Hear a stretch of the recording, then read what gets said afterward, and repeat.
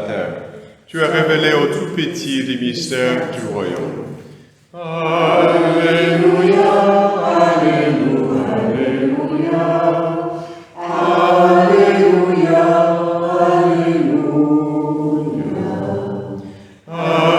Alléluia, Alléluia,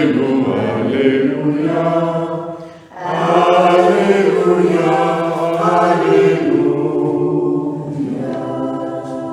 Le Seigneur soit avec vous. Et avec ton esprit. Évangile de Jésus-Christ selon Saint Luc. Gloire à toi, Seigneur. En ce temps-là, Jésus disait, « À quoi le règne de Dieu est-il comparable? À quoi vais-je le comparer? Il est comparable à une graine de moutarde qu'un homme a prise et jetée dans son jardin. Elle a poussé et elle est devenue un arbre. Et les oiseaux du ciel ont fait leur nid dans ses branches. » Il dit encore, « À quoi pourrais-je comparer le règne de Dieu? Il est comparable au levain qu'une femme a pris et enfoui dans 3 mesures de farine, jusqu'à ce que toute la pâte est levée. » Acclamons la parole de Dieu. Gloire à toi, Seigneur Jésus.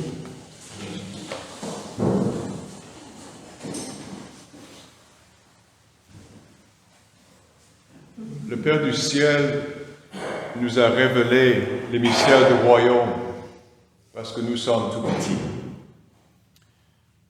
Qu'est-ce que ça veut dire être tout petit dans le royaume des cieux? Être un enfant de Dieu, mais en même temps être comme un enfant.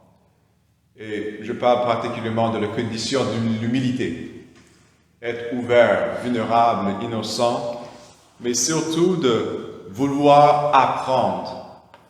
Les enfants sont toujours ouverts aux grandeurs et aussi à être éduqués, formés. Ils aiment apprendre les vérités. Et c'est pourquoi c'est très facile de leur parler du bon Dieu et de leur expliquer la vie chrétienne, les mystères. Il n'y a pas d'obstacle pour la plupart. Et de la même manière, le mystère du royaume ont été expliqués à travers l'histoire aux savants, aux personnes violentes. Ils étaient expliqués et proposés aux méchants, aux grands pécheurs. Et ils l'ont accepté parce qu'ils ont fait un acte d'humilité. Donc, peu importe leurs conditions, quand ils apprennent ou entendent la prédication de l'évangile du royaume des cieux, à la condition qu'ils veulent être ou faire un acte d'humilité, ça va entrer. Et c'est pourquoi il ne faut pas vous gêner de s'aimer une parole ou de proposer le royaume des cieux aux gens. Laisse la personne faire un acte d'humilité. Et dans mon expérience, quand j'étais ado, je n'ai pas accepté le royaume des cieux parce que j'étais dans mon propre orgueil et égoïsme. Il y avait un collègue de classe qui m'a proposé l'évangile, ma tante, et je n'étais pas prêt. Et quelques années plus tard, quelqu'un m'a proposé le royaume des cieux, et j'étais maintenant dans une démarche d'apprendre l'humilité, et c'est entré à ce moment-là. Pourquoi l'humilité est la condition? Parce que notre religion est construite autour de l'humilité. Notre Dieu est humble. À un moment donné, je suis allé sur Internet, parce qu'il y a beaucoup de choses intéressantes là-dessus. J'allais voir une autre religion très populaire dans le monde pour voir qu'est-ce qu'il disait sur l'humilité. Il disait, il faut être humble devant le grandeur de Dieu. Il faut que quelqu'un s'humilie à Dieu. Et au moins 3, 4 autres choses. Mais j'ai dit, est-ce que leur Dieu est humble? Non. Ok, intéressant. Notre Dieu est humble. Notre Dieu, de sa toute-puissance, de sa grandeur, de sa hauteur, de son éternité, de son ciel, il est descendu physiquement. Il est descendu. Donc ça c'est un acte très humble, mais aussi dans sa disposition. Il s'est mis du côté de nous en tant que pécheurs pour nous sauver. Il a pris notre condition Il a choisi une mort terrible pour nous sauver. C'est pourquoi notre Dieu est tellement humble. Et s'il est si humble, il n'y aura aucune distance, aucune possibilité qu'il y aura quelque chose qui va le freiner quand il veut se rapprocher de nous. Vous voyez? Parce qu'il n'est pas gêné par la laideur de notre condition. Il n'est pas gêné par nos misères et même notre refus. Il vient avec beaucoup d'humilité pour nous attendre. Et notre religion aussi est très humble parce que c'est commencé par le moindre des choses. Au centre de notre religion, il y a la mort. Ce n'est pas une victoire comme les hommes veulent, avec une grande armée, avec beaucoup d'accolades. C'était un vendredi, à 3 heures, il est décédé dans une toute petite place dans toute la terre. Ses disciples étaient des hommes dont la plupart pas bien éduqués et très faibles à tout point de vue. Mais de cette petite semence comme une moutarde, une graine de moutarde, ça a transformé le monde et transformé l'histoire et transformé la civilisation.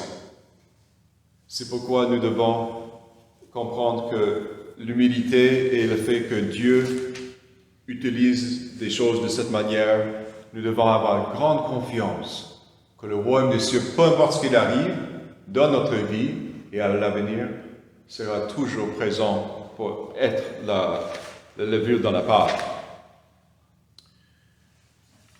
La soumission. À nos oreilles, ici au moins dans l'Ouest, on n'aime pas ce mot soumission. Le mot soumission, dans son étymologie, veut dire être placé en dessous quelqu'un. Quand j'étais vulnérable, j'avais peur, je voulais quelqu'un devant moi pour me protéger. Ça, c'est être soumis à la force de quelqu'un pour qu'il me protège. Quand je suis un peu perdu, je veux avoir quelqu'un qui prend ma main pour me guider. Ça, c'est être placé en dessous de quelqu'un qui est capable de me conduire vers quelque chose. Quand j'étais à l'école, je voulais être soumis à la connaissance de mon professeur afin qu'il m'éduque. Donc, la soumission, c'est de reconnaître que j'ai quelqu'un qui m'aime juste un peu au-dessus de moi, qui veut m'éduquer, me protéger, me conduire. Et c'est de la même manière aussi dans un couple. Il y a quelqu'un qui tient l'autorité venant de Dieu parce qu'il représente jusqu'à un certain point Dieu lui-même.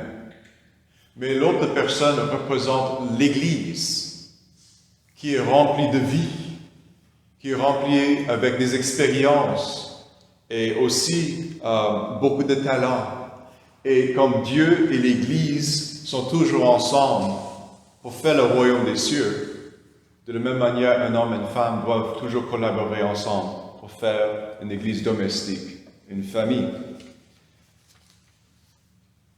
Mais, comme Saint Jean-Paul II aime dire, les clés pour bien comprendre ce texte, c'est toujours la première phrase. Par respect pour le Christ, soyez soumis les uns aux autres. Il y a beaucoup de temps où la femme doit conduire son mari. Il y a beaucoup de temps où la femme doit protéger son mari et aussi doit l'éduquer, le guider jusqu'à un certain point. Vous voyez, donc c'est une soumission mutuelle.